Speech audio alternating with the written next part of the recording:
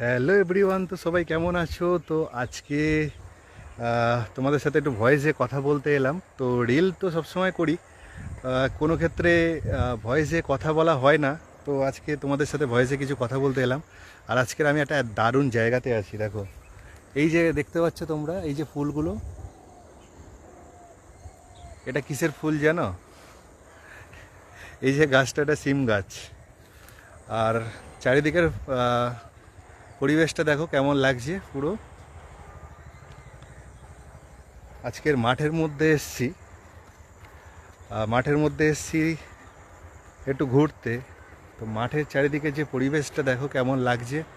এখন তো মাঠে জল কাদা কিছু নেই, পুরো চারিদিকটা পুরো শুকিয়ে গেছে, দারুণ লাগছে। তো সবাই ভালো থেকো। আবার নতুন নতুন রিলস আর ব্লগ নিয়ে চলে আসবো এরপরে তোমাদের সাথে।